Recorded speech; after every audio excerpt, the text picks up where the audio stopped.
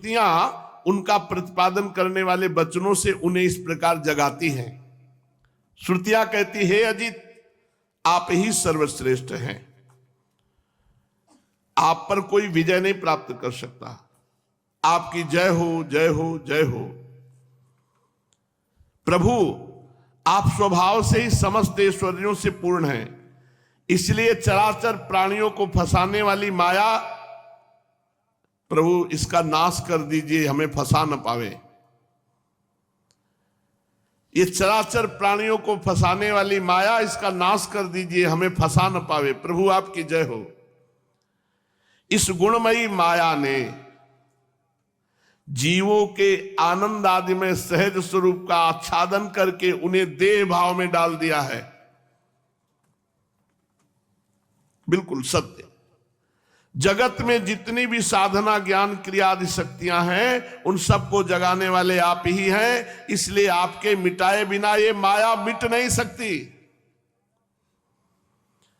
इस विषय में यदि प्रमाण पूछा जाए तो हम श्रुतियां प्रमाण हैं।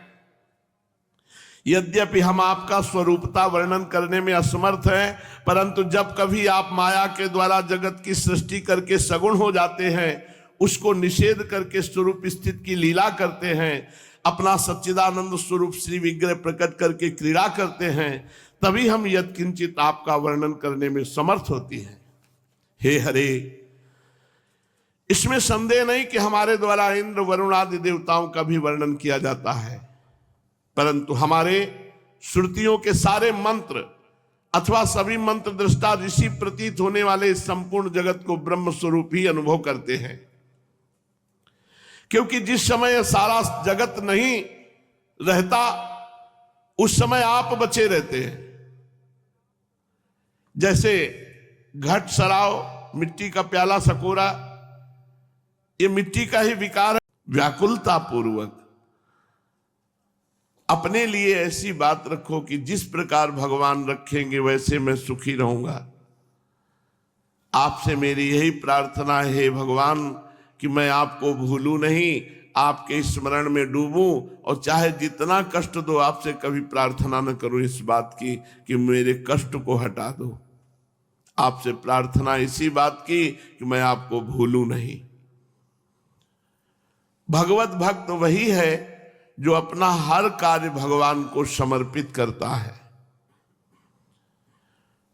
जिसको जल्दी भगवत प्राप्ति करनी हो तो भगवान की छवि या विग्रह के सामने 1 घंटा रोज नियम बना के रो, भगवान मिल जाएंगे। कबीरा हंसना छोड़ दे रोने से कर प्रीति, बिन रोए किन पाइया प्रेम प्यारा मीत। प्रभु से रो, मिल जाओ नाथ, करुणा करो प्रभु, मिल जाओ। मान लो किसी के घर में कन्या का विवाह होने वाला है, बारात भी आ गई, किंतु एक पैसा न हो, वो पुरुष कितना व्याकुल होगा। ऐसे ही हमारा मरने का समय पता नहीं कब है, भजन रूपी धन है नहीं, और काल की सब बारात आ गई, मृत्यु, रोग, नाना प्रकार की व्याधियां आधियां, व्यवस्था कुछ है नहीं। अब हमें व्याकुल होकर भगवान की चरण शरण में पुकारना चाहिए कि नाथ आप मिल जाओ, कृपा से मिल जाओ। अतः हम तो कहते हैं और कुछ करने की आवश्यकता नहीं, सब काम बन जाएगा, बस भगवान के सामने बैठ के रो।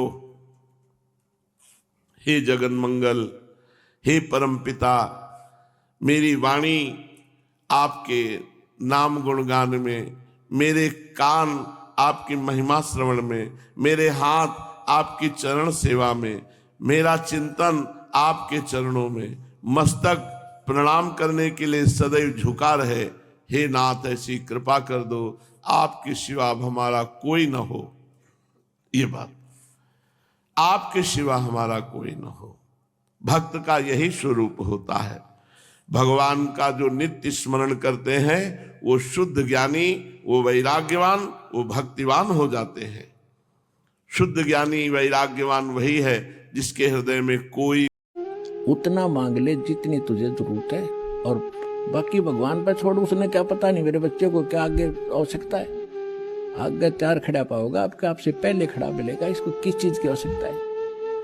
पति भरता जमी पर जो जो धर पाओ, समर्थ झाड़ू देत है ना काटा लग जाए। तो आप उसके हो गए तो फिर आपके जीवन रूपी सफर में झाड़ू